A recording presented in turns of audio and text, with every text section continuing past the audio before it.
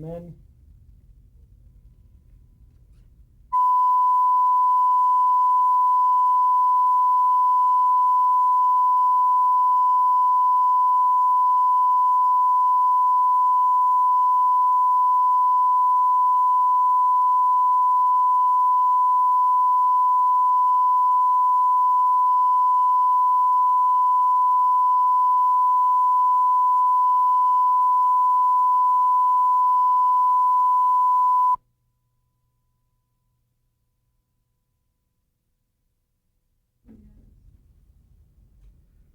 I'm Maury Gelman.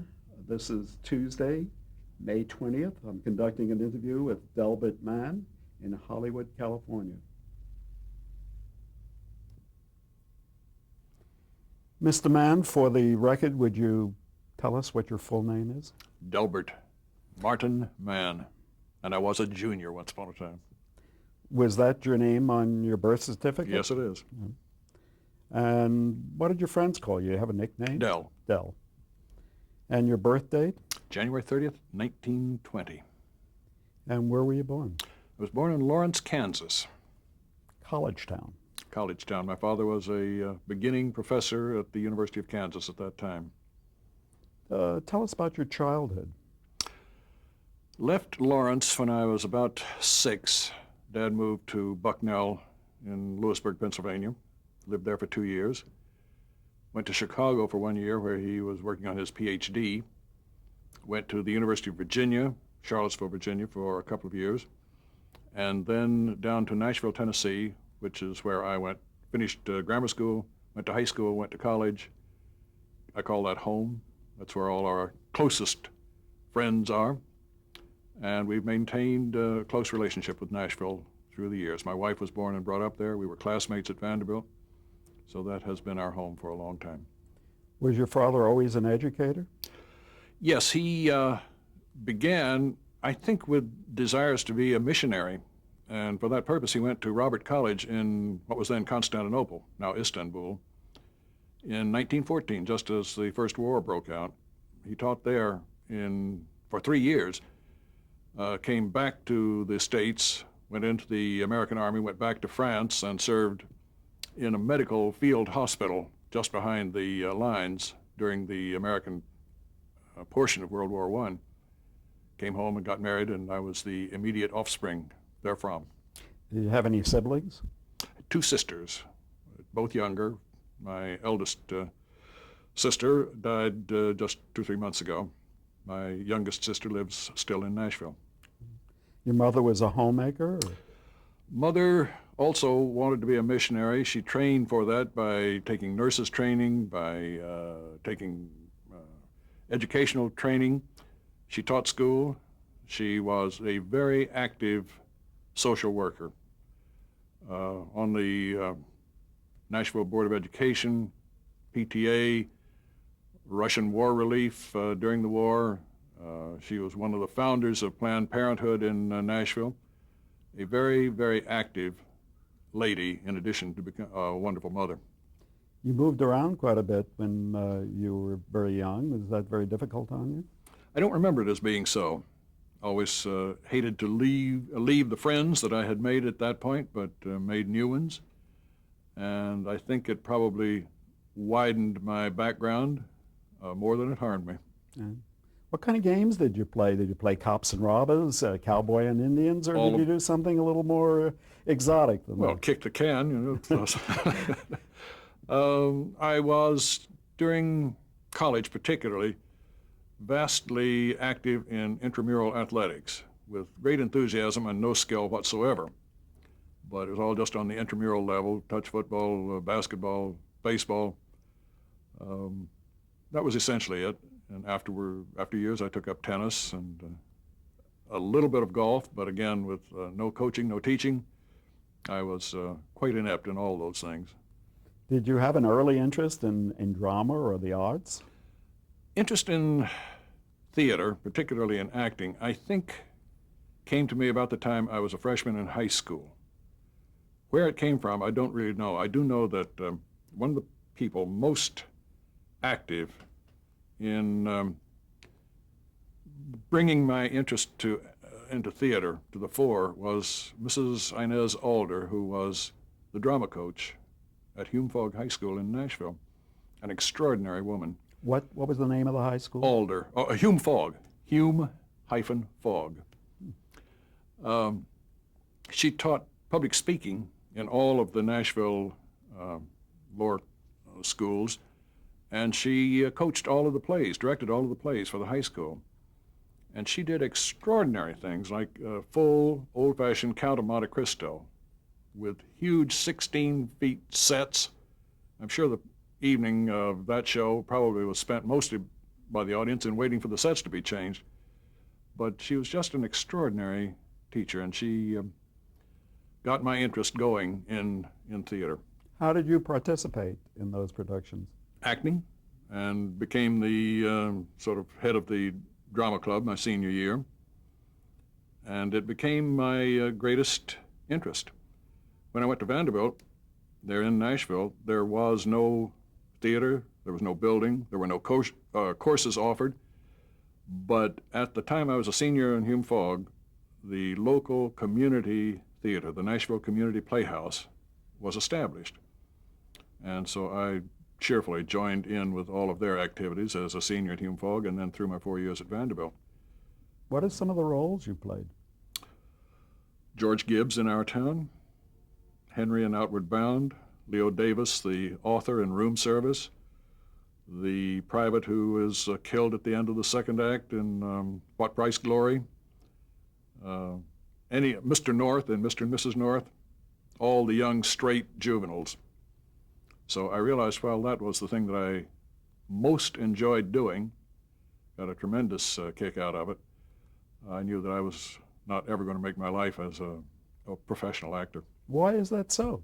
I knew I didn't have the talent for it, but my talent was really very primitive as an actor. I could learn my lines and I could hit my marks, but I really never had any acting training.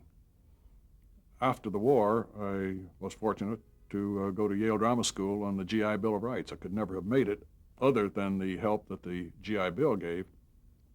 But I literally made my decision as to what I wanted to do in theater by saying, what's next to acting? I don't want to do acting. What's next? Well, directing. So I studied directing. But did you get your kicks acting? I mean, was it a thrill? Did you like the audience applause? Absolutely. Absolutely. Wonderful. Well, was there anything to have discouraged you during that time? I mean, did somebody come to you and say, you'll never make it as an actor, kid? Or? No, I didn't go that far. I didn't give them a chance to say that. No, I really realized that I didn't have the personality for it. I realized the problems of life as an actor, if I were to try to do it professionally, the disappointments, the negative sides of it, the being vulnerable to rejection on all sides. And literally, I wanted to have a life that resembled my childhood, my parents' life, of middle-class family life, a stability that I didn't feel that acting allowed. But when you were an adolescent, we were in the midst in this country in the Depression. Yes, yes. How did that impact you and your family, if at all? Well, we were, number one, very fortunate that Dad had a job. It was a very poor-paying college professor's job in those days. As I recall, I think he made $200 a month for 9 months of the year. That's $1,800. On that, he put 3 children through college, and we survived. We had a lot of bread and milk for supper, things of that nature. Others were impacted far more than we. I do remember specifically the day the banks closed. Cold, raw, rainy day, sitting in the car while Dad and Mother were in the bank downtown, I'm sure arranging a loan of some kind, and feeling the fear and the pressure of the Depression, wondering what was ever going to happen, how we as a family, how the country would survive the fear and the pressures of the Depression. It was a very strong image in my mind. Did you know people who were suffering greatly during the Depression? Were there family members or neighbors? To some extent, yes. But most of the people that I had any real contact with in those years were about as well off as we, struggling to make it, living on loans from the bank, which took them years to pay off, but they did eventually pay them off. Did you live in a private home or apartment? Or? We didn't own. During the time that the Depression was at its height, rented houses, and then Mother and Dad bought a house in Nashville, very small little house, and we moved there just about the time I entered Vanderbilt in 1937. Did it have a yard to play in? Oh, yes. Yes. Front Small. lawn? Such as it was. It was a yard, yes.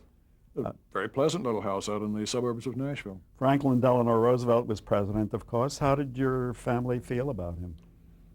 Extraordinarily beloved. Great respect for both Franklin Roosevelt and Eleanor, and it was a thrill to see them in person as they drove down the streets of Nashville on their one visit to the town. When was that?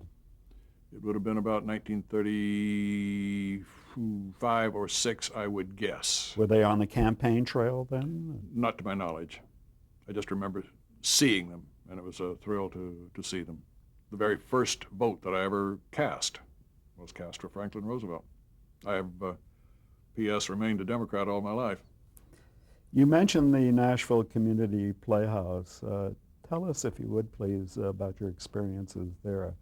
Did you participate as an actor there as well? Yeah, that's when I played the roles that I had mentioned, right, of Our Town and Outward Bound and so forth.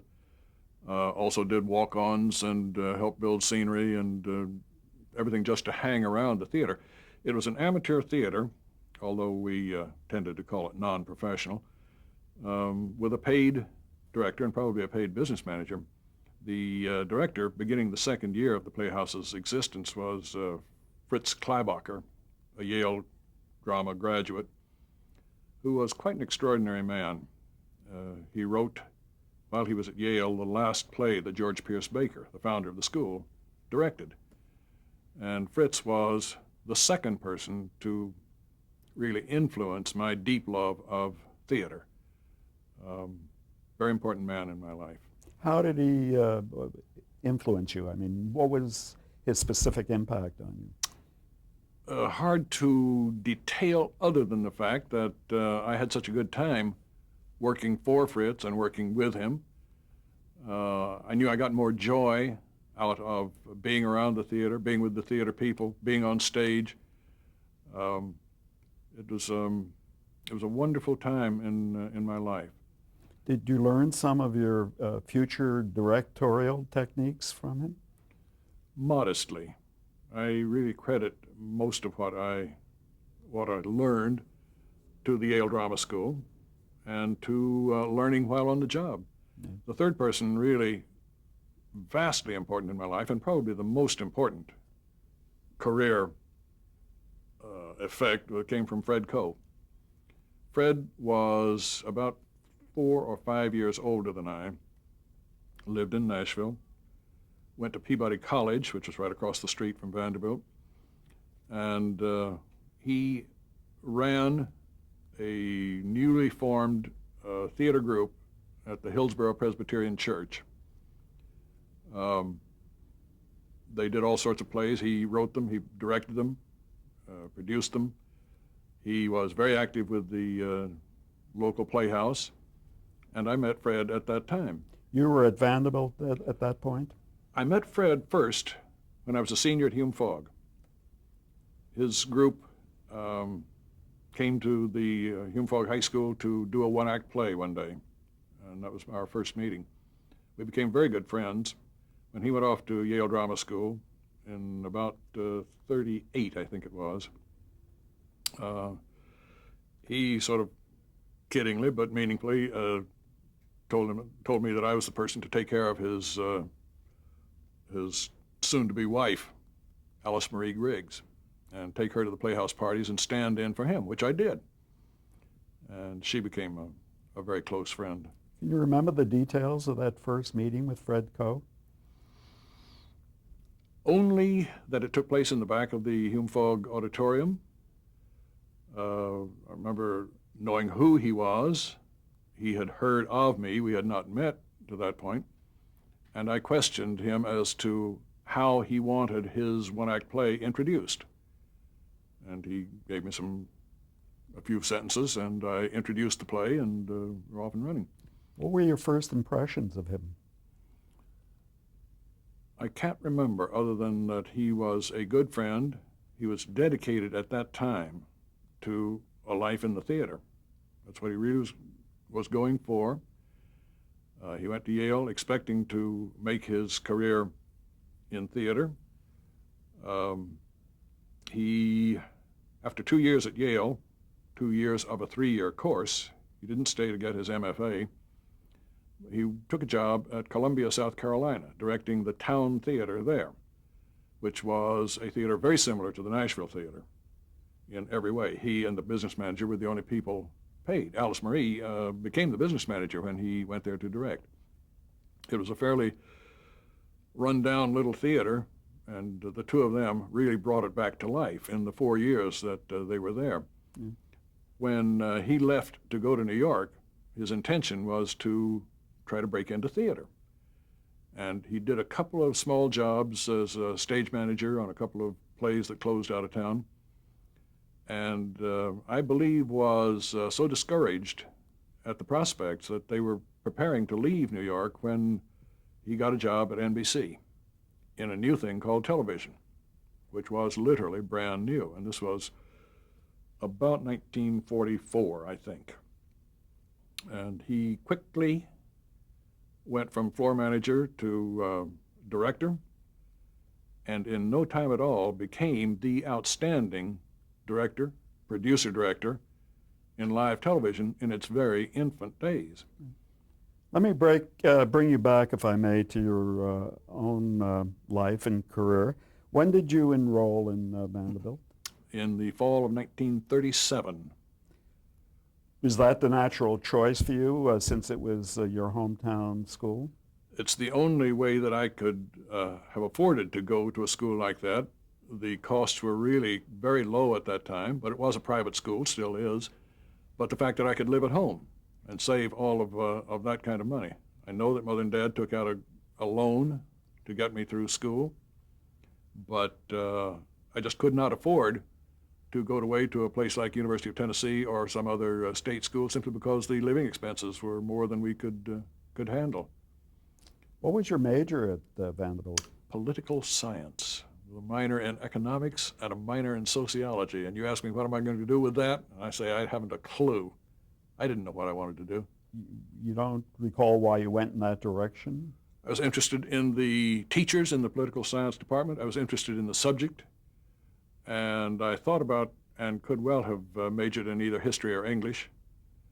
But quite frankly, as in my final days at Hume Fogg, my first 2 or 3 years at Vanderbilt, I was not greatly interested in studying, and I didn't do very much of it. And I almost flunked out of school the first term, simply because I hardly cracked a book. Only gradually did I come around to starting to do some work for class.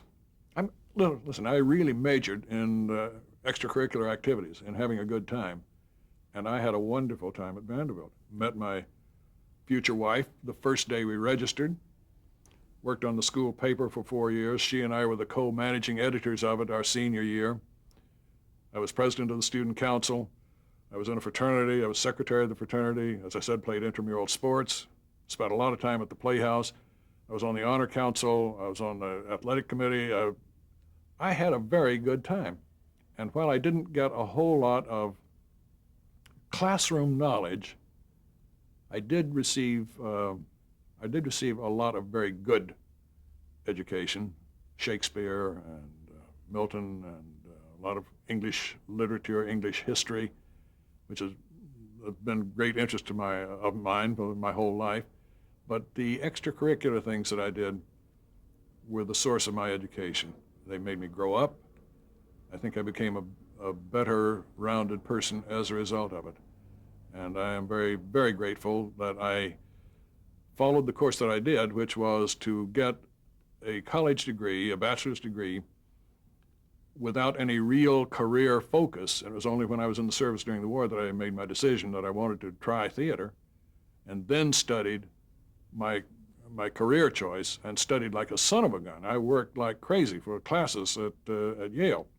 At the time, I said that's what I should have been doing at Vanderbilt, but I didn't have time to. You said you met the lady who was to be your wife while you were both registering at school. Could you elaborate on that first meeting? We were standing on the stairway of the main college building, sort of side by side, and got to talking. I liked her. I guess she liked me all right. While we were freshmen, I asked her for a date 3 or 4 times to a gym dance or to a football game or something. She was already dating a starting end on the Vanderbilt football team. I think he was a sophomore. And because I got rejected about 3 or 4 times hand running, I stopped asking. And I went with some other girls during my college career. Ann and I got better acquainted, worked closely together on the student union board, on the college paper, got to like each other, fell in love about the time that I was a senior. And that's the way to do it. When you graduated from Vanderbilt, had World War II started, the U.S. part of it? No. War started in '39 when I was a sophomore. Pearl Harbor came along 6 months after we graduated. Class of '41 was the last class before America's involvement in the war. I was as tall as I am now, 6'2½". I was about 130 pounds, literally skin and bones. I looked like I had come from Dachau. And on Pearl Harbor night, well, before Pearl Harbor night, after we got out of school, Ann went to work for the Nashville Banner. She was the second woman reporter on the Banner. And I simply got a job that would pay me the most money that I could earn anywhere, knowing it was a temporary, that sooner or later I would have to go into the service. So I got a job at General Shoe Corporation as a mail clerk for $100 a month, $25 a week, big salary. Pearl Harbor came along. I went with Ann that evening as she drove around town, I drove her, to get photographs of Nashville boys who were known to be at Pearl Harbor, to write a story about them for the next day's paper. That night we talked it over and decided to, since I now knew that I would be going into the service fairly soon, to get married. And we were married on January 13th of '42, just about 8 weeks after Pearl Harbor. Even facing an uncertain future, or maybe because of that? I think because of. Okay. We were already in love. We knew we wanted to be married. My father and mother had been engaged for 7 years while he was in Turkey and then while he was in the service. And Dad had always said that he kind of regretted it and had hoped that, had wished that they had been married while he was gone. And while we didn't want children, I think I was following in his footsteps, or really doing what he had wanted to do. Were you soon afterwards drafted? I didn't want to be drafted. I really didn't feature carrying a rifle and a bayonet. And so as soon as we got married, we put on a big campaign to gain weight, milkshakes and bananas and the whole works. I found out that my draft number was going to be called on Monday. And on Friday, I literally, and this is a true story, bought a stalk of bananas, ate all that I could. I walked down the street carrying a handful of bananas, stuffing them in, I had drunk all the water that I could hold.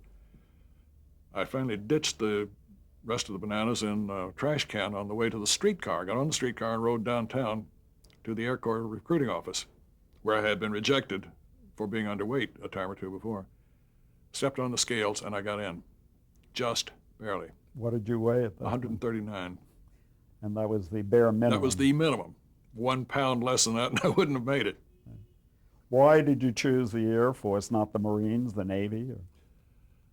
Most of my friends went into the Navy. I was rejected by the Navy also during that period for being underweight.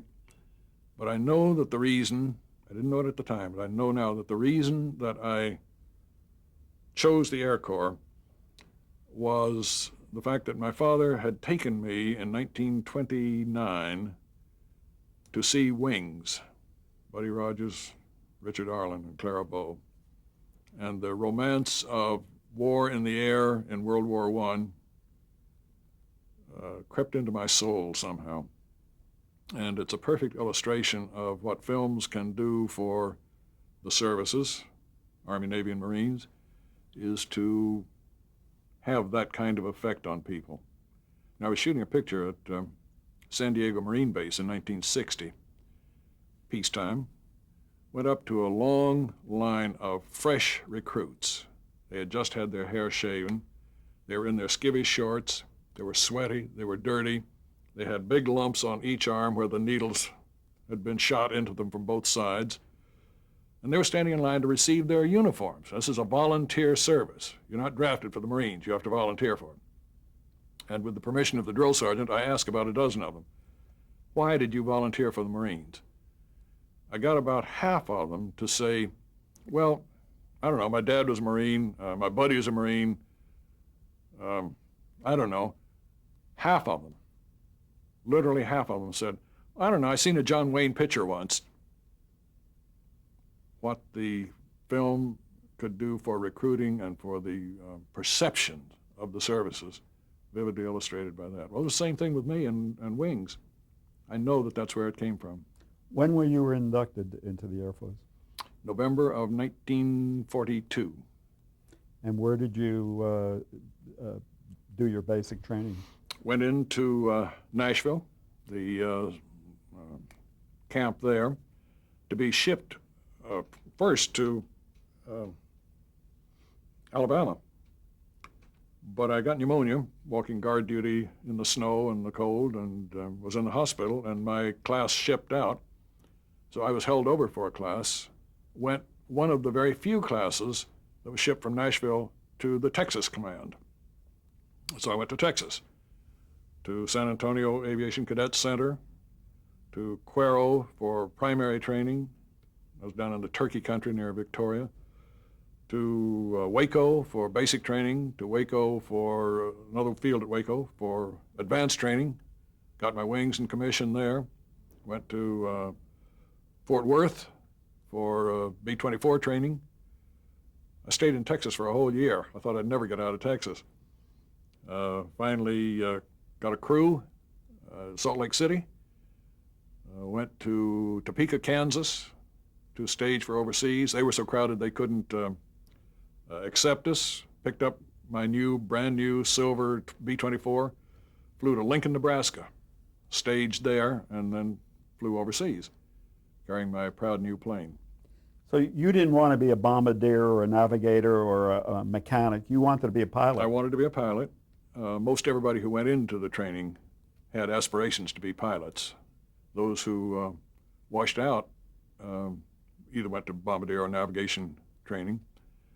It was an incredible piece of luck. People who had graduated from primary and basic training in the 3 or 4 months prior to my arriving there had been washing out like crazy in advanced. And the orders came down, flunked them out of primary, thinned the crowd down. Out of a barracks of 24 people in Cuero, 18 of them washed out. I was only one of 6 who got through, but I was a very poor pilot. The situation was that my instructor had lost all the rest of his students, and he wasn't, by God, going to lose this one. So he forced me through. I failed check rides twice, was washed out by the Army captain. The first time was because the wind changed while I was in the air. And to make a diagonal entrance into the flight pattern, I'd always marked by the sides of the field. And I could figure the diagonal, I could figure my turns, but I never had done it as the wind sock changed while I was in the air, so I couldn't figure it out. Washed. My pilot, my instructor insisted that I was capable of doing it, and he gave me a second check ride. I was washed on that. Dockstader, my instructor, insisted. He just didn't want the embarrassment of losing all of his students, and I sneaked through on the last check ride.